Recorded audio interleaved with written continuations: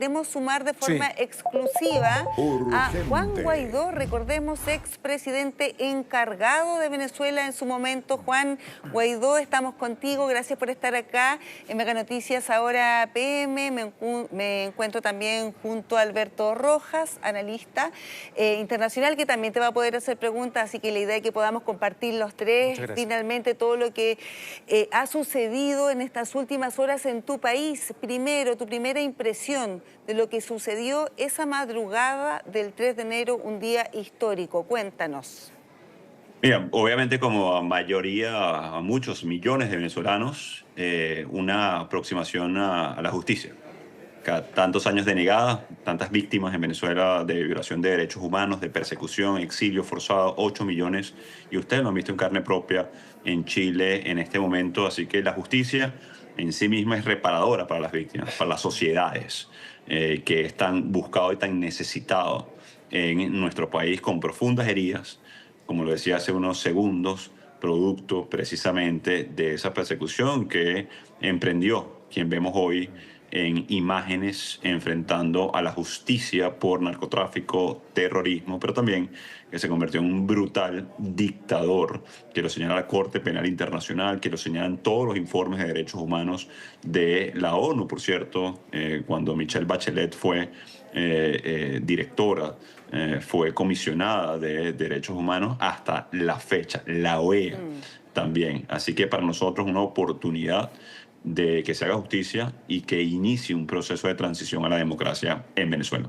Ahora, Juan Guaidó, claro, tú dices, es una oportunidad, pero ¿cuánto hay de esa oportunidad entendiendo lo que sucedió en el día de hoy, donde una persona muy cercana a Nicolás Maduro, chavista también, es la que asume como presidenta interina? ¿Qué sucede con eso? Porque para muchos de los venezolanos finalmente esto produce mucha suspicacia. Dicen, queríamos que se cayera el régimen, pero resulta que sigue alguien muy ligado a ese régimen. Incluso veíamos en las imágenes del juramento precisamente a Diosdado Cabello también ahí presente en esta ceremonia. ¿Qué te parece a ti? No somos ingenuos. Delcy Rodríguez es la segunda del cartel de los soles. Es decir, es el régimen de cara a una transición compleja. Y si de transición sabe alguien, son los chilenos. Luego de que perdiera Pinochet, el rol que tuvo incluso momentáneo, aunque duró algunos años, de cara a una transición efectiva y exitosa. Somos además también estudiosos de esos procesos, como pasó en Venezuela en el 58, luego de la caída de Pérez Jiménez. Entonces, diciendo esto, no somos ingenuos. Y lo decía también el presidente Trump, en palabras llanas, y hago un parafraseo. No te equivoques, Delcy, porque si no corres el mismo riesgo o el mismo destino que Nicolás Maduro, o peor. Eso es una cita de lo que dijo el presidente Trump. Así que esto también nos dice que los Estados Unidos no son ingenuos tampoco de ninguna manera. Es decir, sabemos que nos enfrentamos a un proceso complejo y por eso decía, inicia este proceso de cara a la transición que estará completa cuando se liberen los presos políticos, cuando logremos la reinstitucionalización completa del país. Como ustedes saben, la justicia, el poder electoral, incluso el poder legislativo está tomado por la dictadura y hoy veíamos a ese poder legislativo tomado por la dictadura hacer este maquillaje de una Delcy que parecía hablar con orejitas de Mickey, y lo debo decir de manera muy coloquial. Es decir, a menos de 24 horas que se llevaran detenido a Nicolás Maduro, y ella tenía en su bio de redes sociales presidenta encargada, cuando simplemente es una situación de facto, es una situación evidentemente de cara a una transición y que abre la ventana de oportunidad para hacer justicia, para que haya reparación a las víctimas en Venezuela, para reconstruir nuestro país, para frenar el flujo migratorio, para que se regresen millones a nuestro país, que es lo que deseamos, pero de nuevo, como lo decía hace unos segundos, no somos ingenuos y sabemos que tenemos trabajo por delante. Sí, ella señaló en el momento del juramento que lo que buscaba era la paz social en ese país, se comprometió con eso. Alberto, si tú quieres hacer alguna pregunta a Juan. Señor Guaidó, ¿cómo está? Buenas tardes. Te quería Saludos, hacer una Alberto. consulta. ¿Usted cree que hay algún tipo de conversación entre el gobierno que está encabezando Delcy Rodríguez y la administración Trump en términos de que efectivamente el presidente Trump ha dicho, nosotros vamos a delinear las acciones en Venezuela y si el gobierno venezolano actual no acata, habrá consecuencias. Pero al mismo tiempo, ¿cree que se esté abriendo la posibilidad de algún tipo de acuerdo para que al término de esta transición figuras como los hermanos Rodríguez, como Diosdado Cabello, se vean beneficiados con algún tipo de inmunidad o la posibilidad de abandonar Venezuela a cambio de su obediencia, por decirlo de alguna manera, durante este periodo de transición? Mira, es muy interesante pregunta, Alberto, y recuerdo tres cosas puntuales. La primera, los procesos de negociación que se llevaron a cabo en Venezuela. Fueron no más, 17 por lo menos, lo cual le dieron la oportunidad a Nicolás Maduro, hoy todos enfrentando la justicia, de, digamos, un puente de plata, como denominan algunos este tipo de salidas. También lo que han sido los procesos de elecciones en Venezuela. Ganó Edmundo González Urrutia el pasado 28 de julio del 2024. Con el respeto a ese escenario, Maduro probablemente no estuviera en esas condiciones que todos celebramos en Venezuela porque se aproxima la justicia. Y tercero, son las reiteradas llamadas del presidente Trump, por cierto, diciendo, mira, hicieron una llamada telefónica, le dieron la oportunidad de una salida, y cuando unificamos todo esto, más años de lucha, de resistencia, de protestas pacíficas en Venezuela, del liderazgo de María Corina Machado, de Edmundo González Urrutia, probablemente cuando se le dice a Delcy Rodríguez que tiene la oportunidad de cooperar o una salida como la que tuvo Nicolás Maduro, ya no es una amenaza, ya es un hecho. Si algo le hacía falta a la democracia, no solamente en Venezuela, sino en el mundo, es que se terminara la impunidad con la que actuaba hasta hace poco Maduro, con la que actúa Ortega, que se la debe estar pensando en este momento en Nicaragua y muchos otros a nivel mundial. Así que esto es un mensaje no solamente a los venezolanos, es un mensaje a la democracia, al mundo de la libertad, al Estado de Derecho, a la justicia internacional, que creo muy positivo para el continente y para todos los que hemos luchado durante años por la recuperación de la democracia. Dicho esto, de nuevo, estamos en una situación de facto, estamos en una situación de una transición compleja. Si Delcy Rodríguez, si Diosdado Cabello prefieren el destino de Maduro o de cooperar con la justicia y una transición efectiva. Y de nuevo, no somos ingenuos. Sabemos que queda un trecho largo. Sabemos la persecución que sufren los dirigentes opositores en este momento en Venezuela. Los presos políticos, que son más de 1000, que deben liberar de inmediato. María Corina Machado forzada al exilio. Edmundo González Urrutia, presidente electo, forzado al exilio. Así que queda trabajo por hacer, pero no nos quita la alegría y la felicidad de que la justicia y que el sacrificio de tantos no sea en vano. Pero a raíz de lo mismo, ¿por qué tú la nombrabas, no? María Corina Machado, Edmundo González, que fue, digamos, elegido presidente, esto tras el fraude, donde no se muestran las actas, finalmente que daban el triunfo a Nicolás Maduro.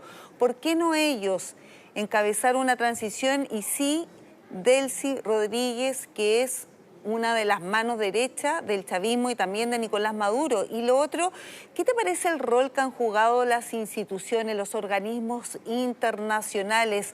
¿Están al debe al no dar una respuesta después de tanto tiempo y se llegue a estas consecuencias?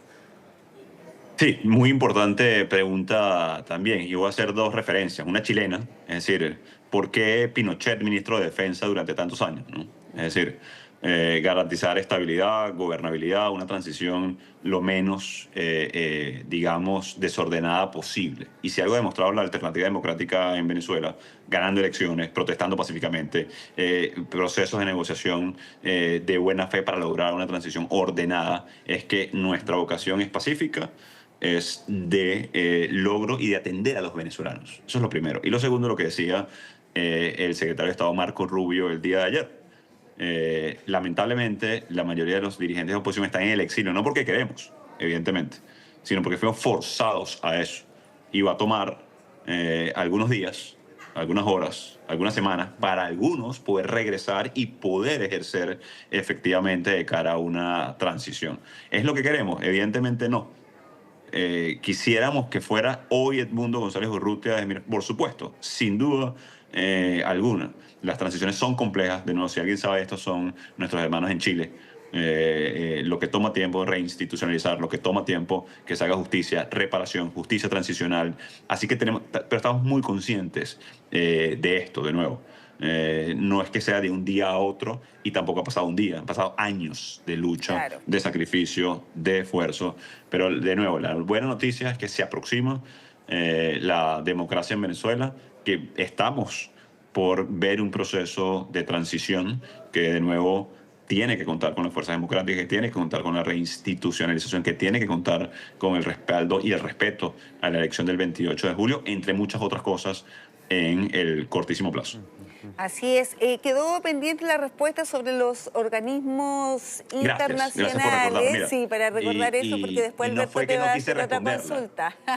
Oye, Y no pero fue tenemos que... No, la agradezco. Sí, y no fue que no quise responderla, no, pero la Juan, verdad es que dame un tampoco. segundo, un segundo, Sí, porque adelante. aquí vamos a despedir precisamente la transmisión que llevamos a ustedes por Mega 2, pero vamos a continuar por Mega Noticias ahora en esta entrevista exclusiva con el expresidente encargado de Venezuela, Juan Guaidó, a quien estamos viendo. Bien, ahora... Gracias. Queremos esa respuesta junto a Alberto. ¿Qué pasa con los organismos internacionales? Claro. ¿Están al dedo? No, ¿no? agradezco mucho la pregunta porque también aproxima a muchas de las preguntas que me han hecho sobre el tema, entre comillas, de la acción militar de los Estados Unidos, ¿no? Algunos tratando de criticarlo o caracterizarla de legal o ilegal. Y la verdad es que, y lo hemos venido discutiendo mucho, sobre todo en la alternativa democrática venezolana con los aliados del mundo entero, hay una pregunta clave aquí. ¿Cuáles son las herramientas que tiene el mundo libre para enfrentar este tipo de dictaduras? Hasta hace 2 días, pocas o casi ninguna. Sanciones, presión diplomática, referencialmente las multilaterales, lamentablemente convertidos en relatores de tragedia. Aquí hay una herramienta de justicia directa para ser responsable a dictadores como Nicolás Maduro. La ONU con responsabilidad de proteger, la Carta Interamericana de los Derechos Humanos, hoy son poesía, lamentablemente. Porque están muy bien construidas, están muy bien hechas, pero no se ejercen. Y dejan desamparados, huérfanos, a millones hoy en situación de vulnerabilidad, y hablo por los venezolanos, millones de migrantes y refugiados por acción directa de un dictador. Se robó no una elección, 3. Alteró, vulneró reiteradamente con suficiente evidencia derechos humanos en Venezuela. Hay varios procesos de denuncia no solamente en contra de Maduro por derechos humanos, sino en contra de sus funcionarios. ¿Y cuál fue el resultado? Muchos de esos países hoy, como Petro, como Sheinbaum, entonces critican la acción sin mostrar o por lo menos hacer parte de lo que sus países suscriben en derechos humanos, en la Carta Interamericana o en la ONU. Creo que debemos entonces vincularnos más a la estabilidad regional, al futuro de nuestros hijos y nuestras hijas para este siglo y para lo que viene, porque si la impunidad de lo que reinaba iba a ser el desorden lo que gobernara el mundo entonces, lo estábamos viendo. Lo estamos viendo en Nicaragua, lo estábamos viendo hasta hace poco en Venezuela, Bielorrusia, cómo armamentiza de alguna manera el caos Rusia también cuando invade un país. Así que de nuevo, que se acabe la impunidad y que tengamos mejores prácticas de cara al futuro inmediato, creo que es clave para que las multilaterales ganen de nuevo vigencia. Ojalá que esto funcione como crítica reflexiva y constructiva para que no sean relatores de tragedia, sino que acompañen realmente a los vulnerables y a los pueblos que decidieron cambiar. Porque cuando se habla de autodeterminación o soberanía en Venezuela, no se puede hablar de eso obviando el 28 de julio del 2024, cuando ganamos y derrotamos nuevamente a una dictadura. Alberto. Me trato de unir mi pregunta con la anterior en términos de las instituciones internacionales. Tú mencionabas la ONU, a nivel regional está la OEA, que la verdad ha tenido un rol mucho menos protagónico incluso que Naciones Unidas. Pero a nivel regional, a nivel latinoamericano, sabemos que en este minuto la región pareciera estar viviendo un cambio, un movimiento de péndulo desde gobiernos y regímenes de izquierda hacia otros de centro, derecha y derecha. En otras oportunidades, por ejemplo, existió el Grupo de Lima, que fue una iniciativa de gobiernos y no de instituciones para impulsar y fomentar el regreso a la democracia de Venezuela. en este minuto en donde parece que Estados Unidos es quien tiene el protagonismo de lo que está pasando o de lo que va a pasar en Venezuela, ¿qué esperarías de los gobiernos de América Latina y específicamente de Sudamérica para apoyar este proceso que ya ha comenzado con la captura de Nicolás Maduro? Mira, yo creo que la reflexión en este momento de cara a la región de América Latina, de América entera, es de nuevo de cara a esas herramientas que tenemos para law enforcement, es decir, para forzar la justicia al pie de la letra y evitar a futuro repetición de crímenes tan lamentables, dolorosos como lo que está sucediendo en este momento en Venezuela. Hay que comprometerse con eso, es decir, la retórica llega hasta cierto punto. No es posible entonces que hablemos de autodeterminación y obviemos el 28 de julio. ¿Cuáles son las herramientas entonces para hacer cumplir la autodeterminación del pueblo venezolano el 28 de julio del 2024? ¿Es criticando a un país aliado de los venezolanos como Estados Unidos o es acompañando con herramientas? Ahora también, de nuevo, como decía al principio, Alberto, no soy ingenuo. Es decir, son pocas las herramientas, honestamente, a nivel, hablando de enforcement militar o de capacidad como la que tiene Estados Unidos en la región. Entonces, ¿por qué no ir de cara a cumplir lo que dice la OEA? Es decir, no es muy difícil. Estoy seguro que tú has leído la Carta Interamericana de Derechos Humanos. Es decir, es increíble. Ojalá la cumpliéramos. Entonces, vayamos a la reflexión real. ¿Cómo hacemos para cumplirla? Claro. No simplemente para criticar a un país, insisto, aliado de los Estados Unidos. Afortunadamente, ¿y qué espero en este momento? Y ya he visto reacciones en esa dirección. El presidente Milei apoyando la acción de los Estados Unidos, acompañando. Y hay algo interesante, disculpa que te interrumpa, ¿sí? Que es la reconstrucción. Es decir, de nuevo, lo decía hace unos minutos, inicia un proceso de transición. La tarea no está completa. También lo decía el presidente Trump y lo decía el secretario de Estado Marco Rubio. Ahí también hay mucho por hacer. Saben ustedes que están en Chile que muchos de los venezolanos que están allá quieren regresar a su país, pero con oportunidades, pero con seguridad, pero sin ser perseguidos, o peor aún, asesinados como corrió la suerte del teniente Ojeda en Chile en manos del tren de Aragua y como por cierto, como señala la Fiscalía, directamente a Diosdado Cabello, como ustedes decían hace unos minutos y que veían en las imágenes hoy con Delcy Rodríguez. Así que de nuevo, creo que es un momento estelar, creo que esto cambia completamente la relación geopolítica, no solamente para Venezuela, sino para la región y, por qué no decirlo, el mundo entero. Y si el debate pretende ser constructivo y realmente apegado a esa Carta Interamericana, a los valores de la ONU, tenemos que hablar entonces de herramientas para que no se repita la tragedia venezolana a manos de Nicolás Maduro. Y con esto concluyo esta idea. Es Maduro el responsable de su destino. Muchas oportunidades tuvo para respetar la Constitución, respetar la ley, respetar al pueblo de Venezuela, respetar a nuestros aliados a nivel internacional. Se decidió burlar. Ustedes lo vieron bailando en momentos críticos en Venezuela, burlándose de la tragedia de los venezolanos. Así que esto, en este punto, debo celebrarlo, debo agradecerlo y habla de una oportunidad y una esperanza para la justicia, la libertad y el respeto a los derechos humanos. Ahora, Juan Guaidó, tú aludías a la región a raíz de la pregunta de Alberto, las diferentes posiciones. Y te quiero llevar a nuestro país, porque el presidente Gabriel Boric, si bien no reconoce a Nicolás Maduro, no lo reconoce como presidente, fue uno de los que denunció precisamente un fraude en las elecciones, condena esta intervención que hace Estados Unidos, donde él dice se vulnera precisamente la soberanía de un país y se pregunta, hoy es Venezuela, ¿vendrá otro país? ¿Qué te parece esa declaración y cómo ves también el nuevo presidente que va a asumir pronto, José Antonio Kast, que aplaudió esta intervención? Bueno, tengo muchas cosas que decir al respecto. Uno, debo decir que el presidente Boric ha sido coherente en la denuncia a la violación de derechos humanos de Maduro, por lo menos. Ahora, de nuevo, lo decía hace unos minutos, cómo quedarnos solamente en el fraseo, en la retórica de autodeterminación cuando nosotros nos autodeterminamos. Es decir, ganamos una elección. Hicimos un ejercicio de soberanía muy claro.